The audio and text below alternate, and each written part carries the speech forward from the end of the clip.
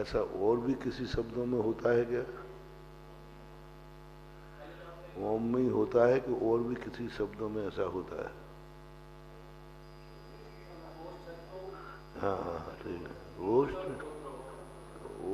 ओष्ट और ओट में भी ऐसा विकल्प से होता है समास के अर्थ में। अवर्ण से लोपो भाव होती ओष्टोत्तम परता समास विषय। समास विषय का अर्थ क्या था? जब उसका समास समास बिम्बम एव, बिम्बम एव, तो अब इसमें समास किया। अब बोलो यहाँ पर बिम्बम एव ओष्टव यशसु बिम्बोष्टा, बिंबी ही है ओष्ट जिनका, जिसका है, बिंबोष्ट। अब इसमें समास क्या हुआ? संधि हुई है कि समास हुआ है? तो इसमें आया ना समास सेवा, हालांकि अभी पढ़ाया नहीं है, समास आएंगे। दो अर्थ वाले शब्दों को जब मिलाया जाए उसे समास कहते हैं। बिंब धन, तो ये दोनों शब्द अलग हैं कि नहीं? अलग है, मिला के समास हो गया। और दोनों को मिलाने पर एक ही अर्थ निकलता है, दो अर्थ नहीं निकलते, तो उसे संधि कहते हैं। मिलाने पर एक ही अर्थ निकले तो उसे क्या कहते हैं? संधि। और मिलाने पर दो अर्थ अलग अलग निकले तो उसको समास कहते हैं। भिन्न अर्थ वाले शब्दों को मिलाया जाए तो उसे क्या कहेंगे? समास। संधि उसमें भी होगी लेकिन अर्थ बिंबौष्ट। अब दोनों के अलग अलग अर्थ हैं कि नहीं है? तो यहाँ समास के अर्थ में क्या हो जाएगा? विकल्प से हो जाता है।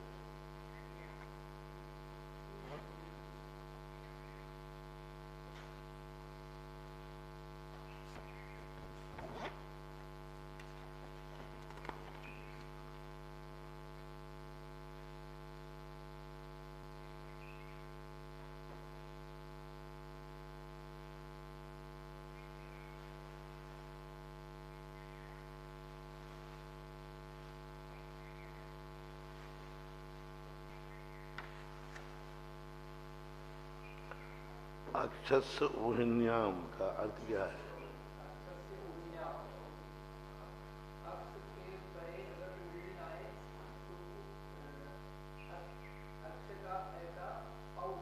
औ हो जाता है, ठीक है।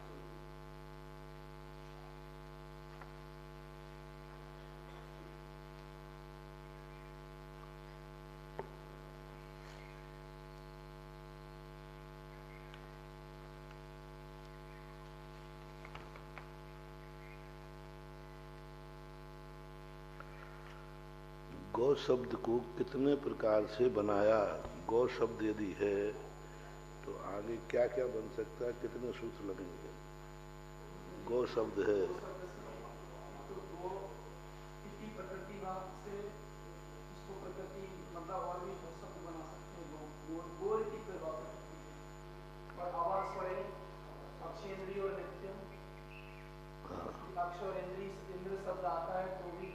नियम से, नियम से,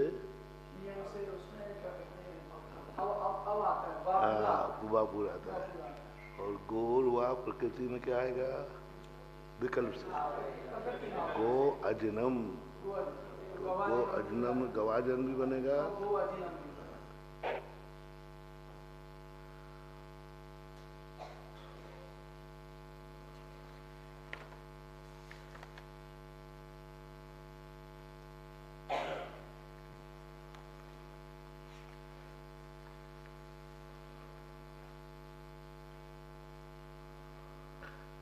रारतस्तद्ये ये,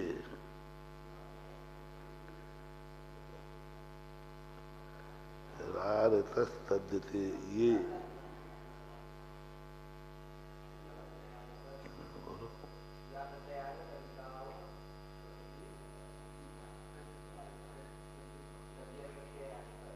क्या बताए? कौन सा प्रत्यय? हाँ, प्रत्यय तो हजारों होते हैं। या प्रत्यय आने पर री का रा आदेश होता है।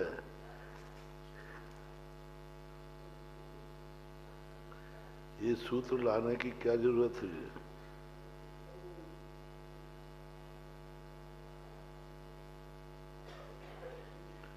ये सूत्र लाने की क्या जरूरत है?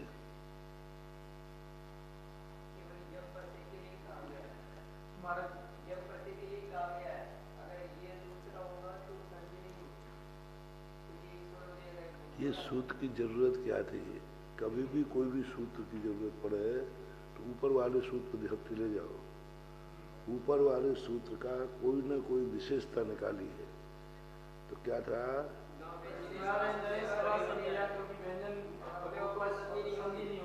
ना व्यंजने शुरा संध्या। तो इसका अर्थ क्या था? संदेह। और यहाँ क्या आ रहा है? व्यंजन आ रहा है। क्या व्यंजन आ गया? या। तो ऊपर के सूत्र में कोई ना कोई ऐसी बात आ गई है जो विशेषता दिखाना है। तो यहाँ क्या आ गया? री। और यह आ गया तो संधि नहीं होना चाहिए क्योंकि व्यंजन आ गया। तो उन्होंने कहा नहीं, व्यंजन यदि तद्धित यानी प्रत्यय के रूप में आया है और हमने कहा था ना यदि यज्ञ आ जाता तो मान लीजिए शब्द है ना पितृयम, तो पितृया है वो, माँ तो उच्चारण के लिए है। पितृया है ना, अब पितृयज्ञ आ जाता तो पितृयज्ञ ही लिख दिया मैंने, क्योंकि वो यज्ञ या आया है वो तद्धित का ले, तद्धित का या आया है यानी प्रत्यय आया है तो री का रा हो जाता है। संधि होना नहीं चाहिए थी लेकिन संधि का कार्य यहाँ देखा जा रहा है।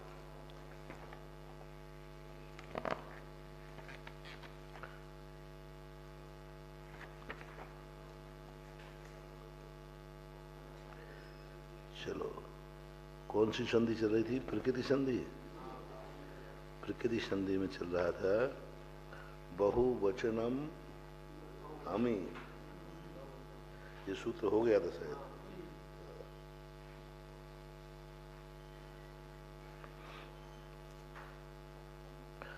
बहुवचनांत यदि कोई शब्द है उसमें क्या है? अमी है। बहुवचनम अमी। अमी भी बहुवचन में जब होता है तो क्या हो जाता है? अमी शब्द भी अपने आप में बहुवचन है। तो बहुवचन जब अमी बहुवचन के रूप में आवे तो फिर क्या हो जाएगा? प्रकृति संधि हो जाएगी, प्रकृति हो जाएगी। जैसा है वैसा ही की वैसा ही। जैसे अमी अश्वा, अमी एडका, अमी उष्ट्रा। अब देखो कायदा से अमी अश्वा है तो संधि करो अपने मूल सूत्रों से। ये वर्ण के परे अश्वर्ण आने पर क्या हो जाएगा? ये वर्ण के परे अश्वर्ण आने पर ये वर्ण है, ये वर्ण नच परो लोप्या। तो अब यहाँ कायदा से क्या होना था? अम्यश्वा। लेकिन क्या कह दिया? अमी यदि बहुवचनांत है तो संधि नहीं होगी। अमी येडिका, यहाँ भी यही होना चाहिए था। अम्येडिका, अमी उष्ट्रा तो अम्युष्ट्रा। माँ तो हो जाएगा हलंत, माँ हो जाएगा हलंत और या आ जाएगा और या का उमरा दो उष्ट्रा, अम्युष्ट्रा बनेगा अब मूल सूत्रों से। लेकिन मूल सूत्र यहाँ लागू नहीं हो रहा है ऐसा। अनुपदिष्टाश्च,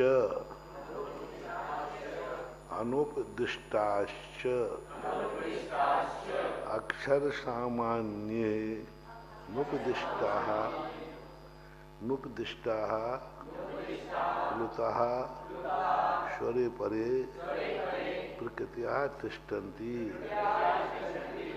अक्षर सामान्य, अक्षर समामनाय, सामान्य नहीं समामनाय। अब यहां देखो आ कहां कर दिया गायब, ये आने पर अनुपदिष्ट था तो संधि करो। एकार के परे यदि स्मरण आ जाए तो क्या हो जाता है? हाँ, ये के परे यदि स्मरण आ जाए तो ये आई, ये आई को प्राप्त हो जाता है। तो यहाँ क्या होना चाहिए था?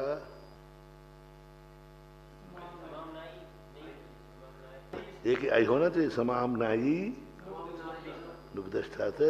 पर इनने गलती कर दी ना, है? तो बताओ फिर गलती नहीं तो क्या? हाँ बोलो।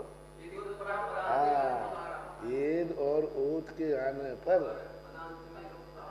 पदांत के लोप का क्या हो जाता है? लोप हो जाता है। यदि पद के अंत में ए और ओ दो आए हैं तो आगे वाले आकाश से संधि नहीं करेगा, वो क्या करेगा? लोप कर देगा। पर शब्द दो ही शब्द हो, ओ या ए, अन्य कोई शब्द है तो फिर वो संधि कर देंगे, और नहीं है तो हाँ तो एद ओद और हाँ एदोत पराह पदांते लोपम अकार है। देखो यहाँ पर क्या किया इन्होंने? अक्षर समाम नए, ये आ गया कि नहीं? तो अनुपदिष्ट का क्या कर दिया? संधि नहीं की, लोप कर दिया। पुरुतः सुरे परे प्रकृतिया तिष्ठन्ति। पुरुत हो, स्वरे परे हो, प्रकृति तिष्ठन्ति। अब इसमें क्या है? कोई शब्द ऐसे हैं, अनुपदिष्ट का अर्थ क्या है? जिसका कोई उपदेश नहीं किया गया, वही लोकोपचारात ग्रहण सिद्धि। कोई सूत्र है लोकोपचारात, जैसे लोकोपचार से कोई शब्द आ गए प्रचलन में है तो आप उस शब्द को सुधारिए मत, आप उसी का रूप चलाइए। जैसे अब प्रचलन में किताब कोई नहीं जानता, बुक जानते सब। किताब कहने भूल गए लोग, क्या बोलते हैं? बुक। तो अब तुम किताब के रूप चलाओ, उसमें किताब पता नहीं क्या है, तो अब बुक को स्वीकार कर लो, बुक के रूप चलाओ। अब बुक कौन सा शब्द है? लेकिन प्रचलन में लोकोपचारात ग्रहण सिद्धि, लोकोपचार में लोक में बुक शब्द प्रचलन हो गया। संस्कृत वाला भी बोल रहा है, हिंदी वाला भी बोल रहा है, मराठी बोल रहा है, सब भाषा वाले क्या बोल रहे हैं? तो अब आप ये मत कहो कि बुक अंग्रेजी शब्द है, क्योंकि जनता ने स्वीकार कर लिया, तो संस्कृत में भी स्वीकार करो। बुकम बुके बुकानी, अब उसका लिंग निकालो, नपुंसक निकलेगा।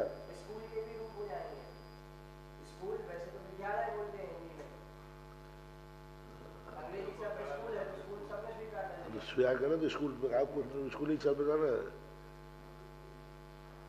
स्कूल शब्द चलाओ, उसका पहले लिंग बनाओ, कौन से लिंग में चलाना है? तो लिंग लगाना है कि पुरुष लिंग लगाना है? कैसे आएगा? स्कूलाहा, स्कूलोहु, स्कूलाहा बनेगा क्या? स्कूलम, स्कूले, स्कूलानी, नपुंसक बनेगा। जैसे अभी हम लोग ना बुक, बुकम बुके बुकानी, बुकम बुके बुकानी। हाँ हाँ, तो अब ये कहलाता है अनुपदिष्ट, यानी उपदिष्ट में नहीं है, लेकिन किसी ने प्रयोग कर दिया।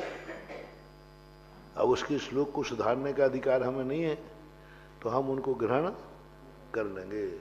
समामनाय यानी अपने यहाँ एक सूत्र आया था समामना, सिद्धो वर्ण, सिद्ध वर्ण समामनाय का अर्थ क्या था? अनादिकाल से चला आ रहा है। इसी प्रकार अनुपदिष्ट है, लोग बोले जा रहे हैं। जैसे हिंदी ने इंग्लिश की अंकमाला स्वीकार कर ली कि नहीं हिंदी में? पहले हिंदी की वर्णमाला अलग थी, अब इंग्लिश वाली वर्णमाला हिंदी में स्वीकार कर ली। हिंदी भाषा में वही वैसे ये 2 1 2 लिखते रहे। ऐसे अनुपदिष्टाश्य पर क्या हो, प्लुतः स्वरे परे, प्लुत हो और आगे क्या हो, स्वर हो, तो संधि नहीं होगी। कितनी शर्तें हैं, कितनी शर्तें हैं? एक तो है अनुपदिष्ट हो, परंपरा से शब्द चला आ रहा हो, और प्लुत हो, और परे स्वर हो। आगच्छ भो देवदत्त अत्र, अब इसमें प्लुत है। अब प्लुत क्या बनाओगे यहां पर?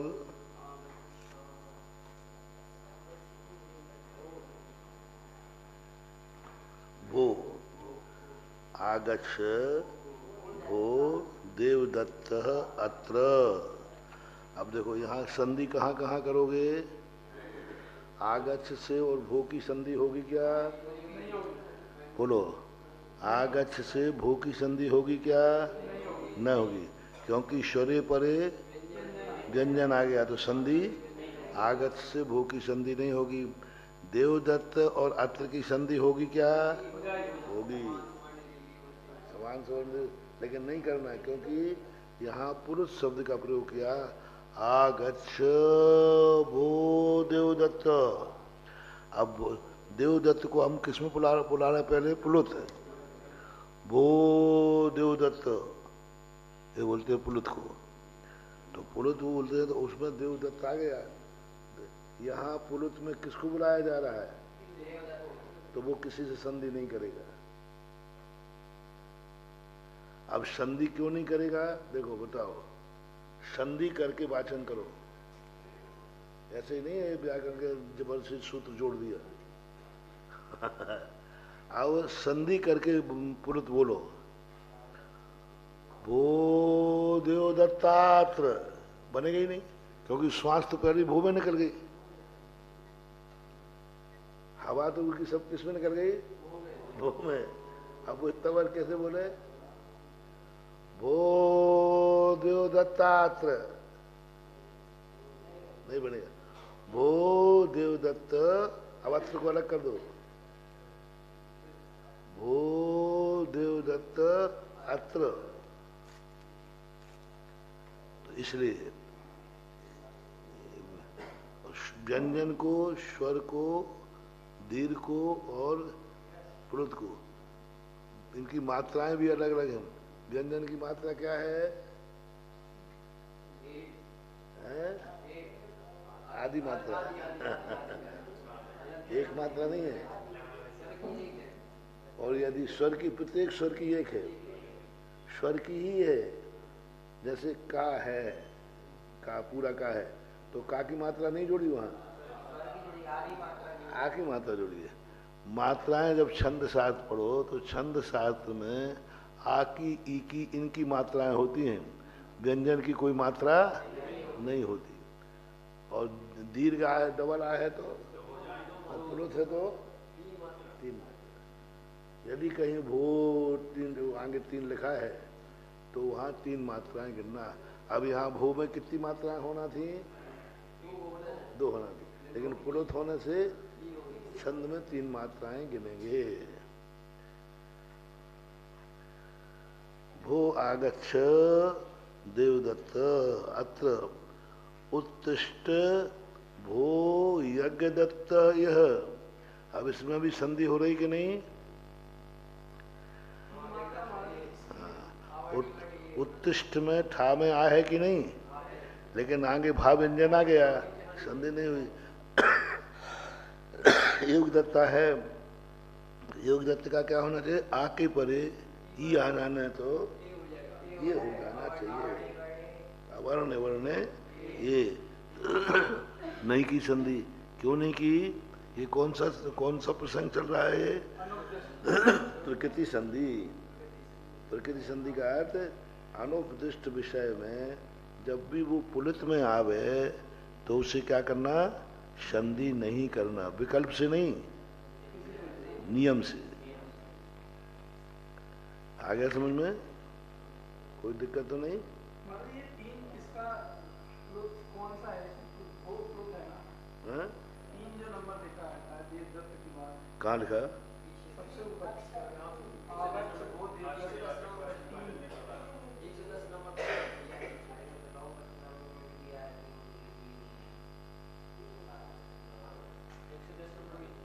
तीन तीन कहाँ लिखा भाई?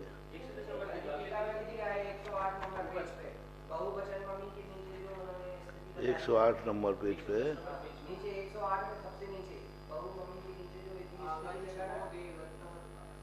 हाँ, देवदत्त आगच्छ भो देवदत्त।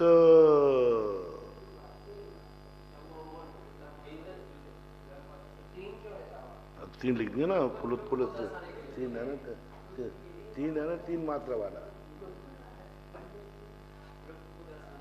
अब तुम ऐसा मान लो कि व्यंजन को जितना उच्चारण में समय लगे उसका दूना स्वर्ग, और स्वर में जितना लगे उससे डेढ़ा पुलुत में लगना चाहिए। ओ देवदत्त। अब नहीं, भो तो संबोधन है देवदत्त को। ओ देवदत्त, वो को भी पुलुत में आ जाएगा, एक साथ मिला देंगे, लेकिन अंत में देवदत्त पे भी पुलुत आएगा। दूर से वो व्यक्ति को बुलाओ, हैं?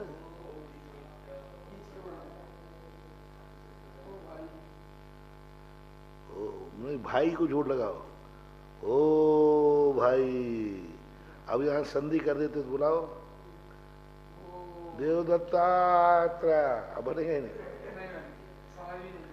देवदत्त को तो हम पुलुत कर लेंगे, लेकिन देवदत्तात्र को नहीं कर पाए, इसलिए उन्होंने संधि किया। तो यहां पर जो तीन शब्द आया है ये पुलुत के वाचक है, संकेत। उत्तिष्ठ भो योग दत्ता, यह हे वो उत्तिष्ठ, यहां बैठो। उत्तिष्ठ यानी खड़े हो जाओ। भो यज्ञ दत्त, यह आप यहां पर खड़े रहिए। आया ही भो विष्णु मित्र। अब यहां पुलुत क्या किया, विष्णु मित्र किया। वो शब्द को भी पुलुत का थोड़ा सा रूप दिया है, यदि नहीं दोगे तो आगे पुलुत नहीं बनेगा। वो यज्ञ दत्त, वो भी पुलुत बने, लेकिन पुलुत माना जाएगा यज्ञ दत्त, जिसको बुलाया जाता है उसमें पुलुत किया जाता है। वो तो संबोधन है, भो को बुला रहा है कि यज्ञ दत्त को? हाँ, वो तो उसको आकर्षित करना है, संबोधन करना बस। हाँ, वो जो है सब में जो संबोधन में आ गया वो। लेकिन पुलुत जब भी हम मात्रा गिनेंगे तो यज्ञ दत्त को हम तीन मात्राएं गिनेंगे अंत की ताकि।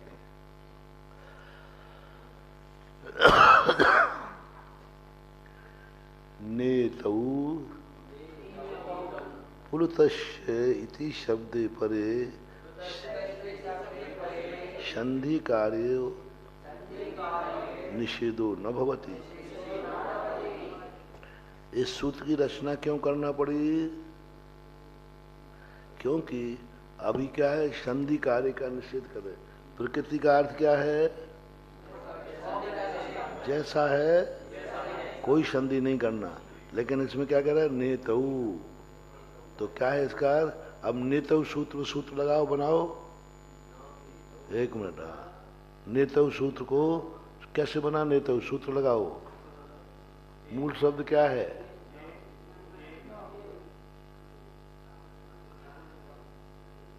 नेतौ है ना, तो धन इति, तो ना का आ का क्या हो जाएगी? ई के आने पर ये हो जाएगा, और पर का लोग हो जाएगा, नेतौ बन गया।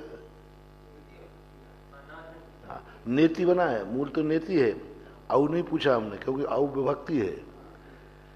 मूल शब्द है ना इति आने पर, नीति नीति शब्द है, इति शब्द है, तो इति शब्द के रूप चलाएंगे तो मुनि के समान, मुनऊ सप्तमी विभक्ति, सप्तमी विभक्ति में चलेगा तो इति शब्द का रूप चला दो इतऊ। ओ देवदत्त इति, अब इति आते क्या हो गया, संधि कार्य होगा। भो देवदत्त, जैसे अभी नीति बनाया ना अपन ने, आकार के परे ई आने पर आकार ए हो गया देवदत्तेत्र।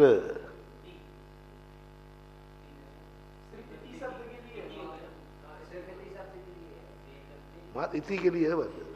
तो हम किसी भी शब्द के बाद यदि इति आया है पुरुष में तो संधि कार्य होगा। सब में लगा लो, जैसे पहले शब्द आए थे ना, ये पहले सभी शब्दों में लगा लो जितने आए ना। यज्ञदत्त इति, अत्र के स्थान पर, ई के स्थान पर क्या लगा लेना, इति लगा दो तो संधि कार्य हो जाएगी।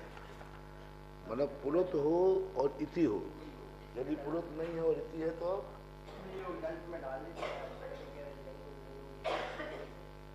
विकल्प नहीं है, नियम है, विकल्प नहीं जान रहे हैं, नियम जान रहे हैं।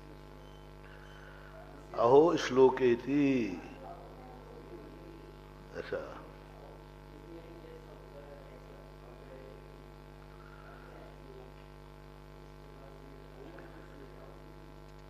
किसी भी शब्द, तीन चीजें आ गई। पहली बात है, यदि देखो इसमें सुनना, यदि पुलुत शब्द में है इति, पुलुत वाक्य है और इति परे है तो संधि कार्य होगा। पुलुत नहीं है और फिर इति आया है तो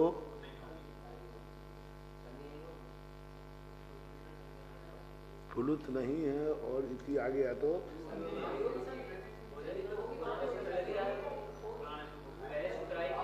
वो तो होगी, वो उस संधि को तो कोई रोक ही नहीं सकता। लेकिन इति और पुलुत में संधि कार्य का निषेध कर रहे थे तो इसका विधान किया।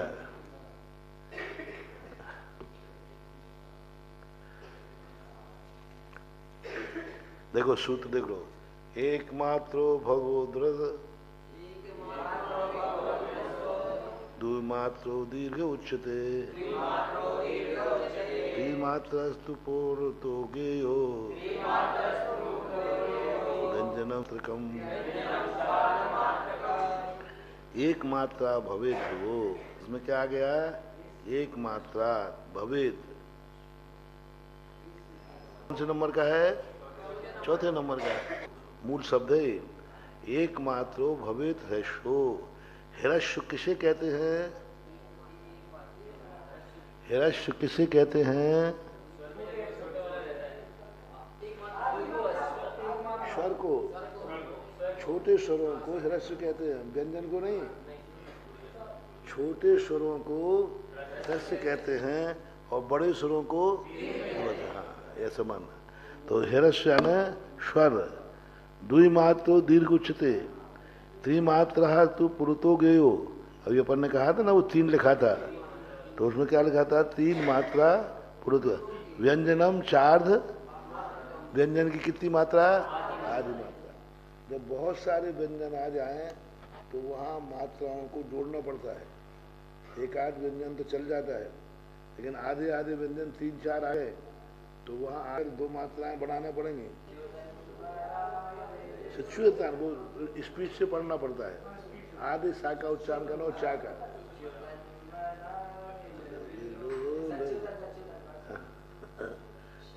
एक और है, शुरू में है आधा सा आया है, स्त्रोत्रयी, स्त्रोत्रयी जगह। आधे अक्षर से जो श्लोक शुरू होता है उसके उच्चारण में बहुत गलती हो जाती है। ये दो श्लोक में आ रही है, बाकी नहीं है।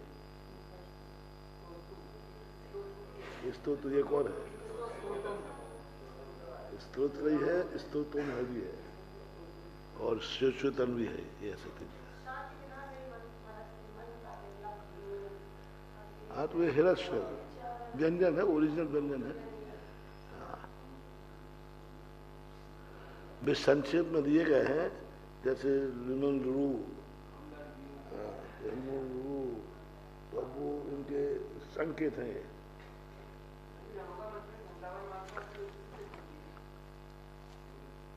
अब यहाँ पर 58